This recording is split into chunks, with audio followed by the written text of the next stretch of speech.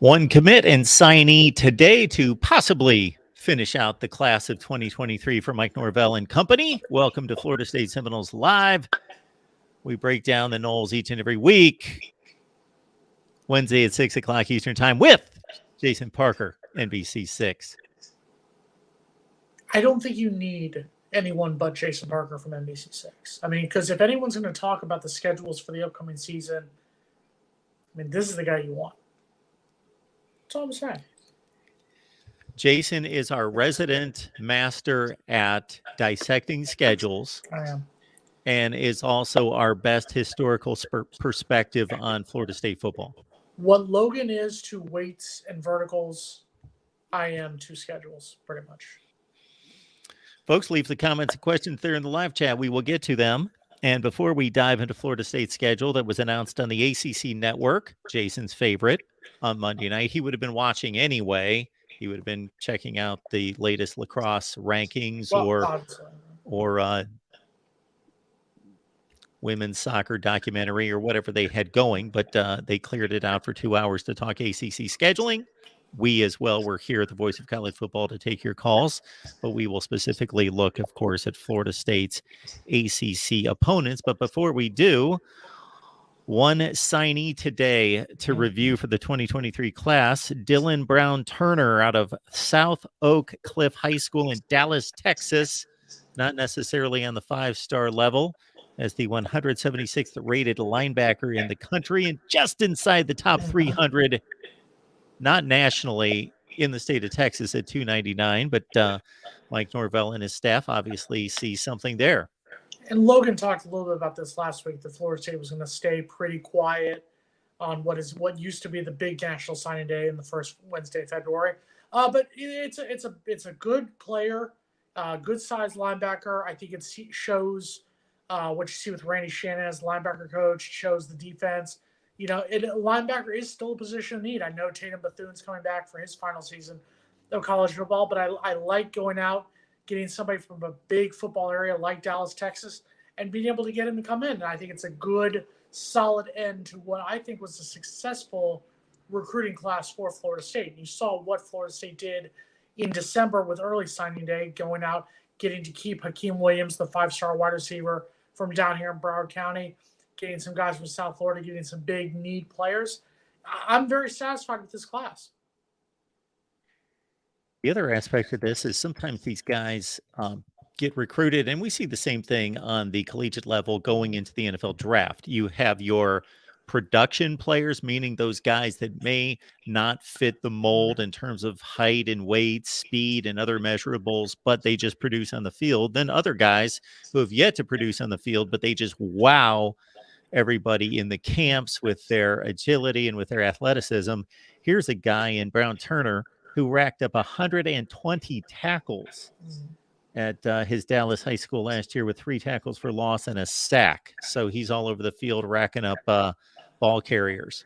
And he's also a guy who's not going to be expected to put up numbers right away. You don't need him to shine right away in the LSU game. He can possibly take a redshirt year if need be, because right now, for the first time in a while, the linebacker room seems to be well kept at this point. So he can come in, he can learn from guys like Tatum Bethune, like other guys at that linebacker position, to be able to be ready for the 2024 season. All right. Leave your comments and questions. Jason and I will get to them. Now we will get to Florida State's schedule release from Monday night. So let me pull it up here, and Jason, you can hit the highlights. It's like all 8 nights of Hanukkah just rolled into one. I mean, that's how long it took the ACC to reveal their schedule. But as Mark pulls it up, I think, and I'm sure some of the commentators are pointing out very accurately, that the ACC may have finally done something right. Because if you take a look right there, let's take a look, obviously, at the first 4 weeks of the season. And this is going to be the toughest part of the season if you look at the schedule as a whole for Florida State. You start off with the game that we obviously knew, Florida State opening the season on September 3rd in Orlando against LSU. That game, it'll be nationally televised, most likely 2 teams ranked in the top 10 to just start off the season. Then you got the short week against a Southern Miss team who did go to a bowl game last season. This was a team that I think Florida State will handle that game, but it's still Southern Miss is going to be a good team coming into Tallahassee for the home opener. And then we called it last week. Florida State will open ACC play at Boston College on September 16th. And then right now, what looks to be arguably the one of the two toughest games of the season, probably right up there with LSU, is that September 23rd game at Clemson. The ACC finally got this right. The ACC finally realized these two teams, Florida State and Clemson, are the two best teams right now. The two best teams entering the offseason, probably the two teams that will likely be ranked in the top 10 to start off the preseason from the conference. If the ACC wants any hope at all of having two teams in the playoff, which I think is a huge stretch at this point, I don't think there's any chance that the ACC will have two teams in the playoff to begin with. But if they want even a shot, even a glimmer of hope of that, the loser of this game needs the whole season to bounce back. And you look, I mean, just look at Florida State after that point.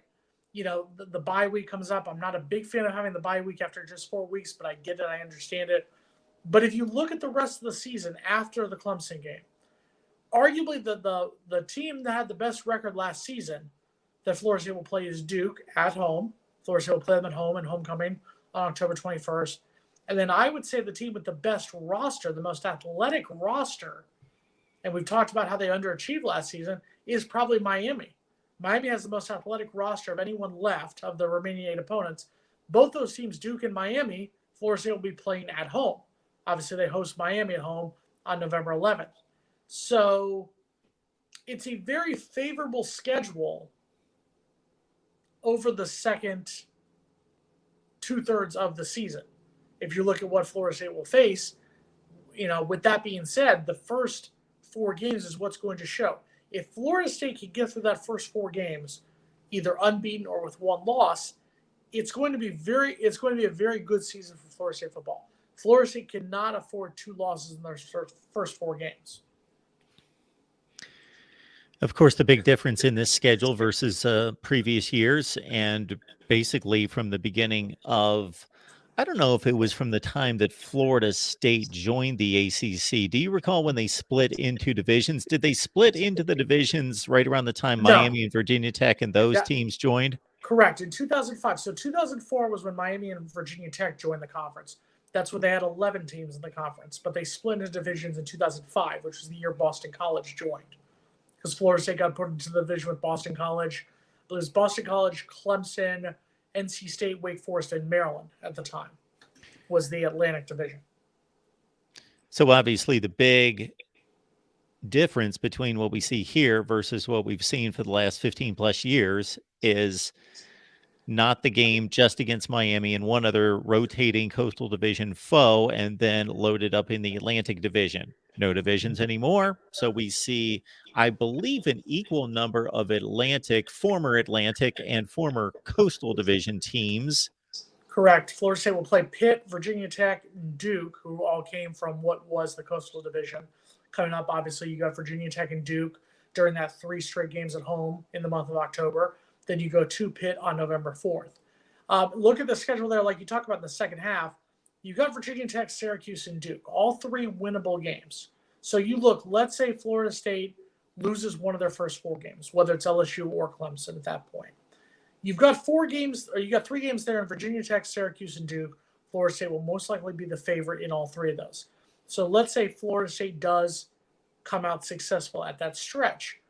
Wake Forest, obviously a team that's beaten Florida State the last 3 times they've played, but they don't have Sam Hartman anymore. So I think that takes away some of the scare, if not most of the scare, that came with playing Wake Forest. Probably the roughest game at that point, if you're talking about in conference play, I would say maybe Pitt, just because you're going on the road to a Pitt team. Pitt won a bowl game last season. They went out and won the Sun Bowl. So I think that's an interesting team that Florida State could play, but I think Florida State would probably still, if you're undefeated or have 1 loss by that point, you'll be a favorite going up into Pitt. Miami to me is going to be the interesting game. Miami on paper has an amazing roster. Miami has a good team. We've talked about this, and I'm not bashing Miami when I say this. It's which Miami team will show up this season. Miami, if you take a look at their schedule, and we'll go to that real quick, Miami should be undefeated before they start ACC play. because they really have a better roster than all four of their non-conference foes they're playing. That being said, we also said that about Miami last season, and Miami was 2-2 in non-conference play. Where Miami will be is, if you look at the 4 games before they play Florida State, Miami plays at North Carolina, Clemson at home, Virginia at home, at NC State. There's a chance that Miami could lose 3 out of 4 of those games, as we pull up Miami's schedule right here. So Florida State could be playing a Miami team that's in a rough patch when they come into Tallahassee on November 11th. That could benefit Florida State. And then you end the year with a Florida team where, if you look at Florida State and what we're going to play, we have a much easier road, but you've got a Florida team that's playing Georgia, that's playing Tennessee, that's playing LSU, that's playing Arkansas. They go to Utah to open the season. That's a Florida team that's a rough stretch there. So that's where you're going to be facing this point where, if you're Florida State, it's getting through those first 4 games. Those first 4 games are going to be tough. After that, if Florida State can get through those first 4 games successfully, we'll give our predictions as the season goes on. I think there's a chance of a 10-2, 11-1 team that will play for an ACC title for the first time since the 2014 season. As we hit the weekend of October 21st, if Duke is for real, and Duke was the most improved team in the conference and one of the most improved teams in the country, going from a combined 1-17 the 2 previous seasons in conference play. Enter Mike Elko, and they're suddenly a top 25 team. 9-4, they win a bowl game, and none of their 4 losses were they embarrassed in any such way. Lost all 4 games by 1 score. So tricky game there against Duke, and returning starting quarterback Riley Leonard. Wake Forest without Sam Hartman, so not a ton of guys walking around can throw 35 to 50 touchdowns per season, so Wake Forest missing one of the very best. You mentioned the game at Pitt. Weather should not be a factor at that point in the year, but occasionally there is a bit of a cold nip that hits the Midwest on into the East Coast at that time of year, first weekend of November. So Florida State playing at Pitt. Miami, again, as Jason has set that up, back at Doak Campbell for that one, where the Noles have won 2 consecutive in the series. And then the Florida game, where the Gators are really at a crossroads, I think, in a second season under Billy Napier. The Pitt game is also going to be an interesting game because of the fact that you take a look at, I think you have to look at the schedules that these teams are playing before they play Florida State. In Duke's 6 games before Florida State, it includes Clemson, NC State, and Notre Dame. So while Duke right now, based on last season, is a good team, Duke has a rough stretch to start the season. They could come into Tallahassee as a 500 ball club by that point. Pitt, on the other hand, you look at their schedule, they play at Notre Dame the week before Florida State. But other than Notre Dame, their toughest game, I would argue right now, is North Carolina at home on September 23rd. There's a chance that Pitt could come into that game a 6-2 team. And that could be for a spot in the ACC title game between Pitt and Florida State. So I think if you're saying right now on paper, the toughest game right now based on last season is Duke. And yes, I know I never thought I'd say the words, the toughest game is Duke. But if we're looking at the way the season is playing out, that Pitt game could be the most interesting game for Florida State. Except for North Alabama, who finished 1-10 last season. Well, sure. As we have tried to explain and confirm with everyone on here for going on 4 years now, John is pointing out that Jason must have some pull with the ACC. We've been telling you that for a long time. Jason in ACC circles, right, is he is leveraged his weight here for the September game against Clemson. They are big fans of mine. Big fans of mine. I will say also, if you look at the ACC with their schedule, it is a little interesting that they start off the season where you've got Florida State and LSU. Well, obviously, we start off the season. The most interesting opening game for me, and you got Georgia Tech plays at Louisville. They're playing in Atlanta. South Carolina, North Carolina, that's going to be an interesting game right there. Be in Charlotte in the Dukes Mayo Classic. Shout out to Dukes Mayo on that one. But just looking at it, Tennessee obviously plays Virginia. They're playing that game in Nashville. I think Tennessee wins that one easily. I do think it's interesting that you have your conference champion in Clemson that starts off their season at Duke. Yeah. That one to me was a little interesting because I think, we talked about it. I feel like, do you do that? Are you giving Duke that extra chance at the spotlight? Obviously it's on Labor Day. That's going to be a Monday night. That'll be a nationally televised game, most likely on ESPN. But I feel like, as much as I hate defending Clemson on this one, I think Clemson got a little bit shafted in the fact that they're opening their season. You're going to play Charleston Southern. You're going to play FAU, two easier games before Florida State comes to town on September 23rd. But to start the season off with Duke, I think the ACC might have screwed Clemson over a little bit on that one. For the last several seasons, the ACC, I've got to credit the hierarchy of the ACC providing the conference with exposure on opening weekend, because they pretty much are able to lock in that one matchup with the SEC on Saturday in Atlanta, and then they've been able to leverage this Sunday night game, which was Florida State Notre Dame a couple years ago, and again was Florida State LSU this past season. And then, for as ugly and unwatchable of a game as it was, Clemson and Georgia Tech was the Monday night game. And so College Football Nation had to watch the ACC, and there it is again this year. But strangely, it's at a home location at Duke, but Clemson and Duke is the Monday night game on Labor Day weekend. And I will actually, and as much as I want us out of the ACC and I want us in the Big Ten so quickly, I will give the ACC a little bit of credit. The schedule it's not a top-heavy schedule. It's not a bottom-heavy schedule. Seems to be evened out. Wow, Champs 99, really nice one. I like that. Solid move right there. But I think that if you look at it, it opens the season with your one of your favorites to make it to the title game in Florida State taking on LSU. Like you said, you got Clemson and Duke, two very good teams, obviously the defending conference champion playing. Then you go more towards the end of the month, you got Florida State and Clemson playing. In the middle of October, you're probably going to have another high-profile game when Clemson plays Miami. Yes, I know I'd love to make fun of Miami like the next person, but also at the same point, there's a chance Miami could be 5-1 if they actually play up to expectations. Miami could be 5-1 against Clemson at that point. That could be a high-profile game right there. Then a few weeks after that, you got Miami and Florida State playing. Then you end the year with Florida State and Florida playing in Gainesville in the high-profile game. Once again, another SEC team. You've got Clemson playing South Carolina, another SEC battle. So the schedule is not heavy in one point, lighter later. There's at least every couple of weeks, the ACC will have a high-profile team or high-profile teams in action. There you have it, folks. Leave those comments and questions there in the live chat concerning the schedule. And again, Jason and I off the top reviewed the one commitment from National Signing Day, Dylan Brown Turner, linebacker from Dallas, Texas. Big Dallas, Texas. Big. I mean, that's just the recruit we needed. I mean, obviously. Right? No? Wonder if Dylan Brown Turner ran into Stetson Bennett this last weekend in Dallas. Hey.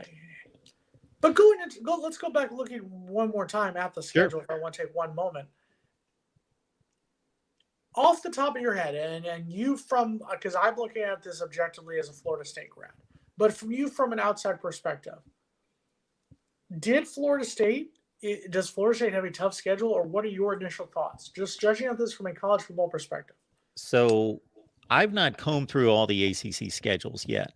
Mm-hmm. I do think that with Clemson being the standard in the conference for the past 7 or 8 years, Miami having the wherewithal, we keep saying this, to emerge at some point, and Florida State's third primary opponent is...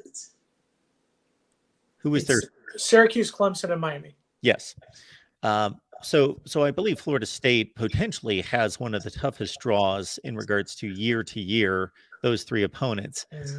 I can't say that I've really looked at the schedule in comparison to everyone else. Now, I came out, as you well know, and made this point a number of times when it was relevant that I thought Florida State by far had the toughest schedule in the ACC last year, both in conference and out of conference. I can't really say that about this schedule, although Florida LSU is difficult to match for any team in the ACC out of conference. But I got to think with Wake, Duke, Pitt, it does look like a fairly, only 7 other teams are going to play Clemson in the conference out of 14. So, there are automatically 7 teams in the conference that don't have to deal with Clemson. So I've got to think that this is, if not the toughest schedule in the conference, it's one of the toughest. Yeah, and I think you look at the schedule. I think if you were to say right now who are the favorites in the ACC as far as the favorites to make it to Charlotte in the ACC title game, I'd probably say Clemson, obviously, is number one as the defending champions in the conference. I'd probably say Florida State, and then I'd probably say North Carolina if you just want to base it right now. Looking at North Carolina's schedule for a moment, they play South Carolina, Appalachian State, and Minnesota the first 3 games. That's a rough first 3 games of the season just out of conference schedule alone if you're North Carolina. And then you look at ACC play. They got to play Miami. They have to play Florida. They have Miami. They play NC State, and they play Clemson. So there's could be 3 interesting games right there that they could easily lose 2 of those games. So I think that knocks North Carolina out. Miami, if we're looking at Miami, I think once again, if Miami plays based on their talent, Miami should be fine. Because Miami, you look their first 4 games, Miami, Texas A&M, Bethune-Cookman, and Temple. Miami, and even Georgia Tech to open ACC play. There's no reason if Miami plays on talent alone, the talent that's on Miami's roster, Miami should start the season 5-0. The way Miami has played over much of the last decade, you could argue that Miami will also be 3-2 entering that stretch where they play North Carolina and Clemson in back-to-back games. So that's going to be the question right there is if you're the ACC, if you have Clemson and Florida State as your top 2 teams, those are your 2 anchors right now in the conference. The question is going to be which team is going to step up and compete with those teams? Is it a Miami? Is it a North Carolina? Is it, you look at, we talked a little bit about Pitt. Is it a Pittsburgh team who you would say, looking at their schedule off the top of your head, they host North Carolina, they host Florida State, they don't play Miami, they don't play Clemson. As much as I hate to say it, I think Pitt might be the dark, for lack of a better term, I know they were a bowl team last season, but I think Pitt might be the dark horse team to compete for a spot in the ACC title game. Looking at their schedule right now, you got Wofford, Cincinnati, West Virginia, and Notre Dame are your non-conference games. I would say Notre Dame on the road is probably the toughest of those non-conference games. With all due respect to Cincinnati and West Virginia, I would say that. But as far as ACC play, your home schedule is North Carolina, Louisville, Florida State, and Boston College. And your road schedule is Virginia Tech, Wake Forest, Syracuse, and Duke. I am right there with you. Yeah. Here's why. Clemson and Florida State are the 2 best teams in the conference until proven otherwise. Clemson is rock solid. We can have an argument as to whether they're in decline from a national elite standpoint, but just looking at the conference, and Cade Klubnik is going to have a full off-season workout, spring practice, everything as the starting quarterback to get himself ready to be a much improved player. Florida State, we saw what the Seminoles did last year, and I think that they are primed to be possibly the team that finally knocks off Clemson. I know that Clemson didn't win the conference 2 years ago, but kind of officially ends the Clemson run and takes over as the best program. Just a tremendous amount of good vibe, good atmosphere, good environment, good leadership around this team. A number of guys coming back that really are hungry. And arguably the best quarterback in the conference. Now, with North Carolina, what I like about them, of course, everybody likes Drake May, me included, tremendous quarterback. I also got to think if Gene Chizik is worth anything as a defensive coordinator, that he's finally going to figure some things out because they've recruited extremely well on that side of the ball and should be much better defensively.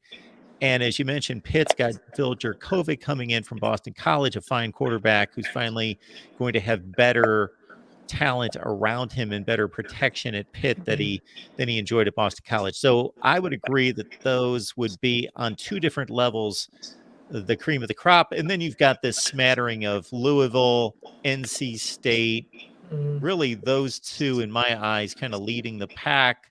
I have all the respect in the world and admire what Mike Elko did at Duke, as we talked about a few minutes ago, but I would think that they are going to be hard pressed based on what you outlined with the schedule to repeat 8-4. Yeah, North Carolina, if you look at their schedule, they start off the year with South Carolina, Appalachian State, and Minnesota, and they end the year with Duke, at Clemson, at NC State.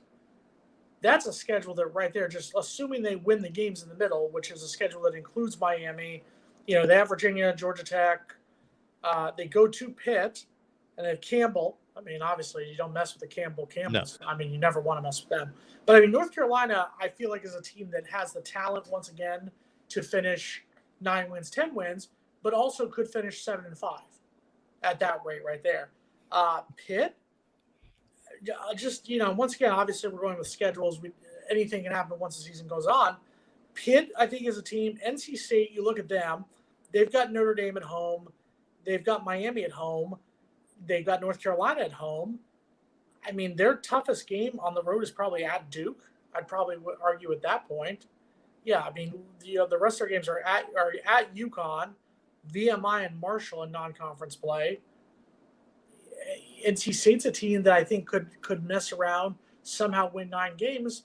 But if they could somehow make it into the ACC title game, I think they get smacked around by either Clemson, who they will play in the regular season if they play them again in the ACC title game, or they get smacked around by Florida State. I think NC State could be the most overrated 9-win team if they play, you know, according to standards at that rate. I think, honestly, the team that I think that is going to disappoint me the most, if you just based on preseason expectations, I would probably say is going to be North Carolina, just because I think North Carolina has that absolutely tough schedule right now. Duke could also disappoint a little bit because of their schedule. Clemson, Notre Dame, NC State, Florida State, North Carolina.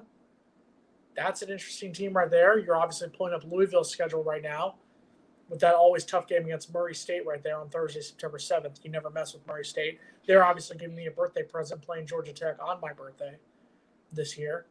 Let's talk about that. I have to spend my birthday at a UM football game, a University of Miami football game. What the hell's that about? Thanks a lot. Yeah, timing. What can I say?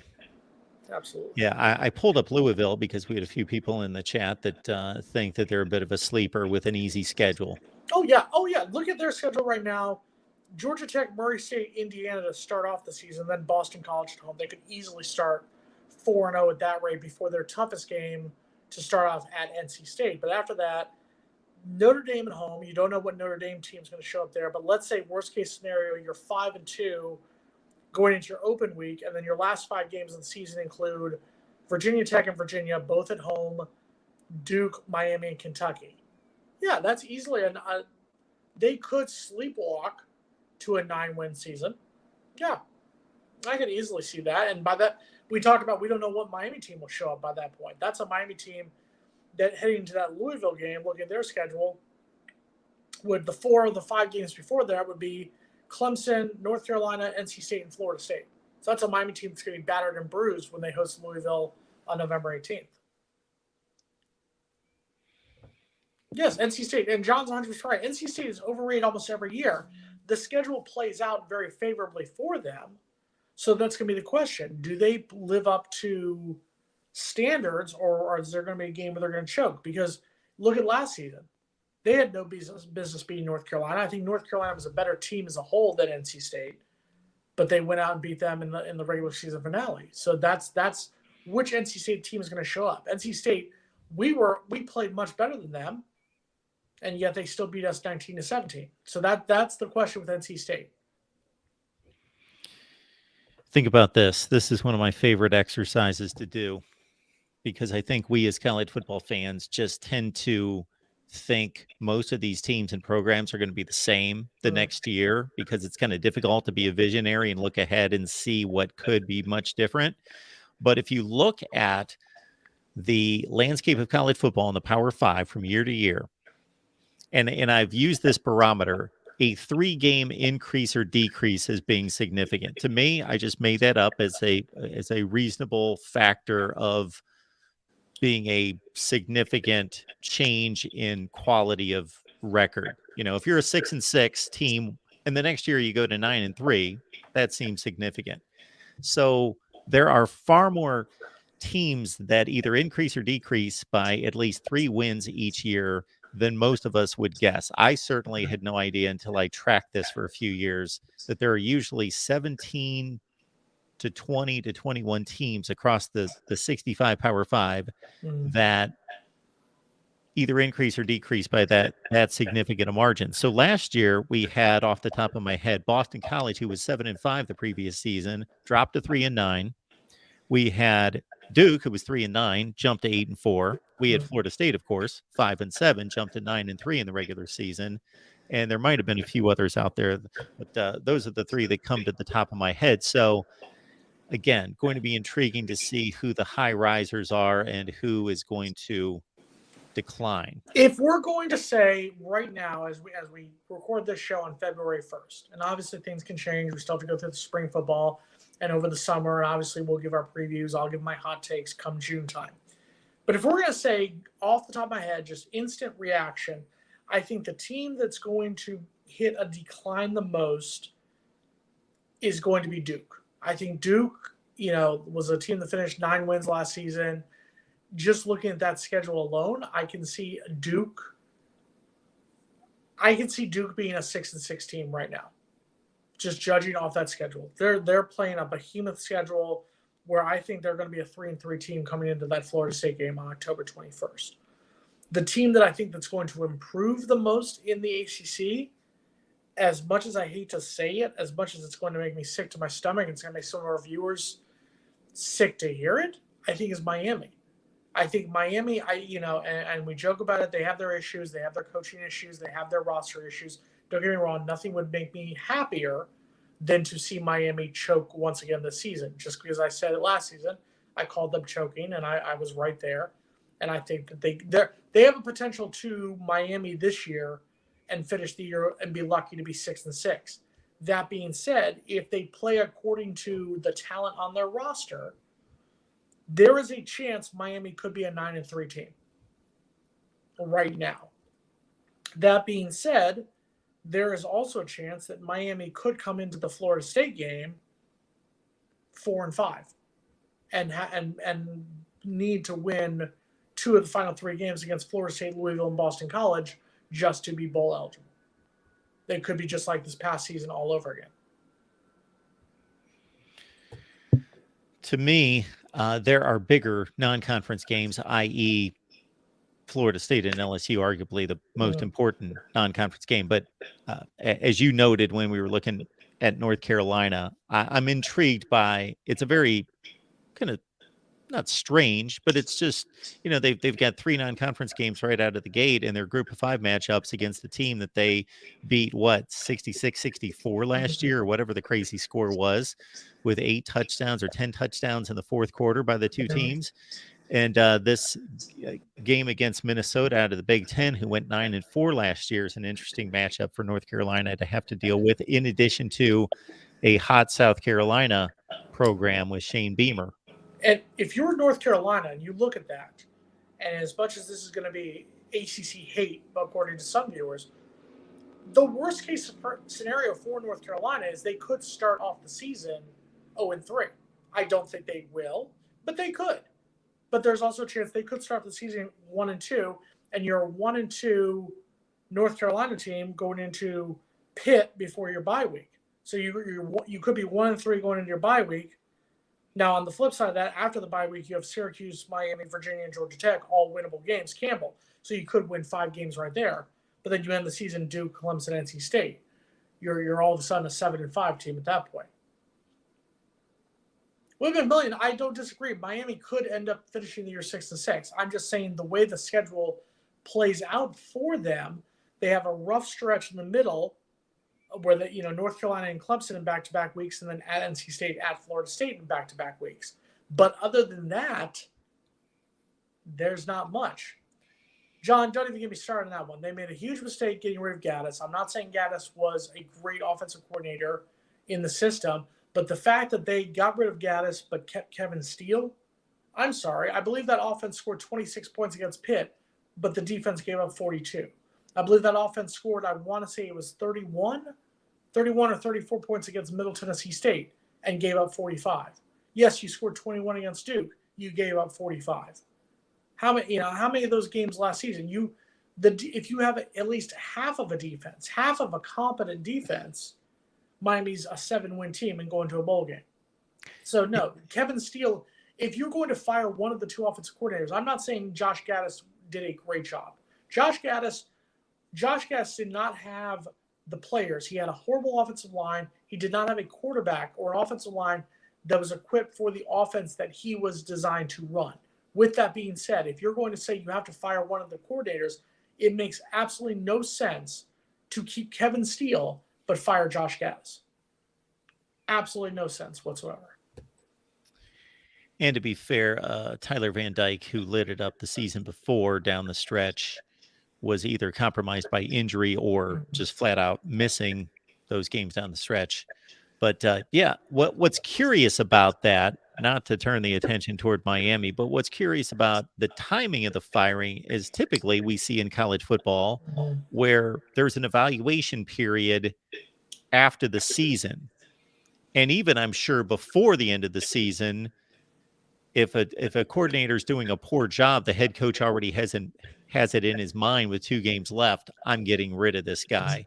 And so those firings, those moves are made typically within 3 to 5 days after the season's over. And for Josh Gaddis to hang around at Mario Cristobal to take 2 months, practically, they played the last weekend of November was their last game. To play almost go 2 months before he made that decision just seems kind of odd to me. And along those same lines, Manny Diaz was fired and Mario Cristobal was hired the same day. Mario Cristobal was hired the same day. You didn't fire Manny Diaz until you knew for a fact you had Mario Cristobal ready to go. Mario Cristobal was hired the same day and introduced the next day.